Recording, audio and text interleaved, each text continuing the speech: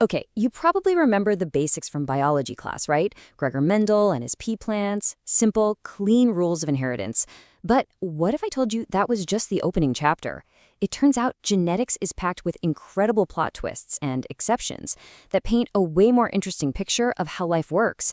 So let's dive into what lies beyond Mendel's neat and tidy rules. So let's start with what we all know, the classic Punnett square. You've got a dominant allele for purple flowers, a recessive one for white. You cross them, and surprise, surprise, the dominant purple trait takes over. It's predictable, it's straightforward, it's exactly what we were taught to expect.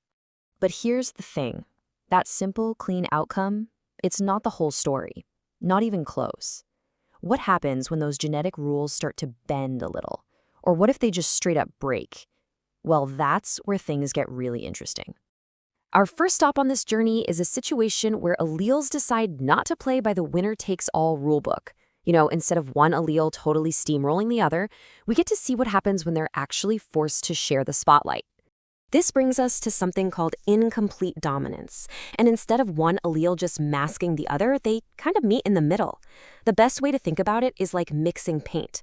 A red flower and a white flower don't fight for dominance. They just blend together to create something totally new, a pink flower. The end result is this third, intermediate phenotype that's completely different from either parent. Now, don't get this confused with a similar idea called codominance. It's a subtle but really important difference. With incomplete dominance, the traits blend, right? The paint mixes, you get a pink flower. But with codominance, both traits get to show up fully and separately.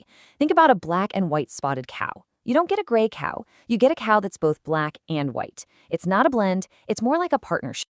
The key phrase to remember here is joint expression. It's like two actors sharing the stage, both in the spotlight at the same time.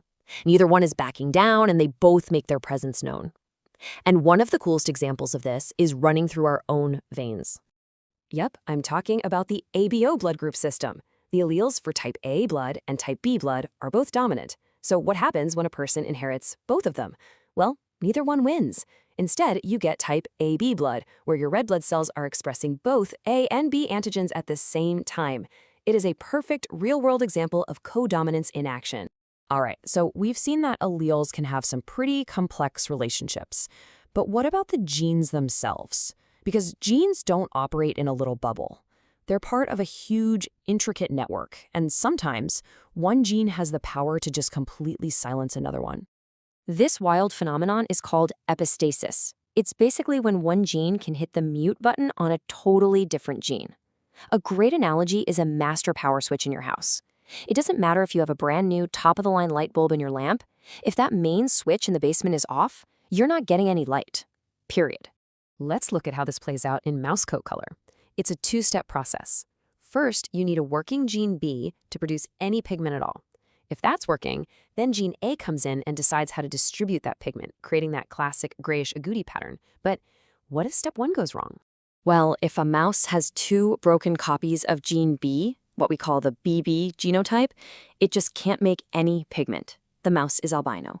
And it makes absolutely no difference what gene A's instructions are, because there's no pigment for it to work on. Gene B is the master switch, and in this case, it's been turned off. That one gene's failure completely hijacks the expected outcome. And believe it or not, this happens in humans too, with something called the Bombay phenotype. It's fascinating. A separate gene creates a foundation molecule called the H substance, which the A and B antigens need to attach to. If you have the HH genotype, you can't make that foundation. So even if your genes say you should have A or B blood, the test comes back as type O, because there's nothing for the antigens to stick to. It's another case of a master switch gene overriding the ABO gene. So gene interactions can lead to some pretty weird traits, for sure. But what happens when a certain genetic combination isn't just weird, it's fatal? This brings us to a real genetic mystery, the case of the missing mice. So back in the day, geneticists noticed something really odd when breeding yellow mice. When they crossed two of them, they were expecting that classic 3-to-1 Mendelian ratio, but they never got it. Over and over, they got a 2-to-1 ratio. A whole quarter of the babies were just gone. The question was, where did they go? And you can see the problem right here. On the left is the ratio you'd expect based on Mendel's rules. But on the right is what they actually observed every single time. The data was screaming that a piece of the genetic puzzle was missing. Now, if we map it out on a Punnett square, we can see the theoretical outcomes. The yellow allele AY is dominant for coat color, so you'd think we'd get a 3-to-1 ratio of yellow mice to agouti mice. But the solution to the mystery is hiding in one of these squares. And here is the twist. The allele that makes the coat yellow is dominant for color, but it's also a recessive lethal. That means that having one copy gives you a yellow coat, but inheriting 2 copies, that AYAY genotype, is fatal very early on in development. Those embryos just don't survive. They are the missing mice, and this perfectly explains why that observed ratio was always 2-to-1 among the live births. Mystery solved. Okay, so far we've been deep in the genetic code itself, but genes don't work in isolation. Their expression can be completely transformed by the world around them, both outside and inside the body. It turns out it's not just about the code, it's about the context. Take a look at the Himalayan rabbit. This rabbit has one single genotype for its coat color, but it shows off 2 different phenotypes. It's got black fur on its colder parts, the paws, ears, and nose, but white fur on its warmer torso. It's the exact same gene everywhere on its body, so what on earth is going on? Well, the answer is temperature. The gene that makes the dark pigment codes for an enzyme that is literally temperature sensitive. It only switches on below a certain temperature. So in the chilly tips of the rabbit's body, the enzyme gets to work and makes dark fur. But in the warmer core of its body, the enzyme is inactive, so the fur stays white.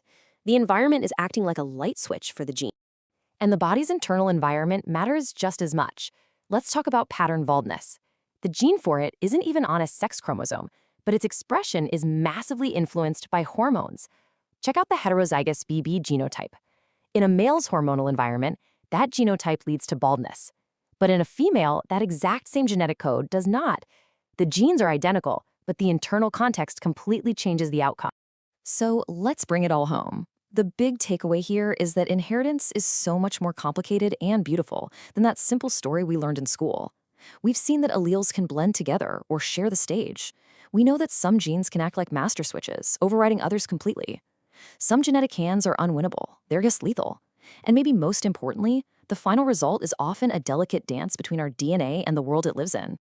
And that leaves us with a pretty deep question to think about. We like to think of our DNA as this fixed, set-in-stone blueprint for who we are. But we've just seen how incredibly dynamic and responsive that blueprint really is.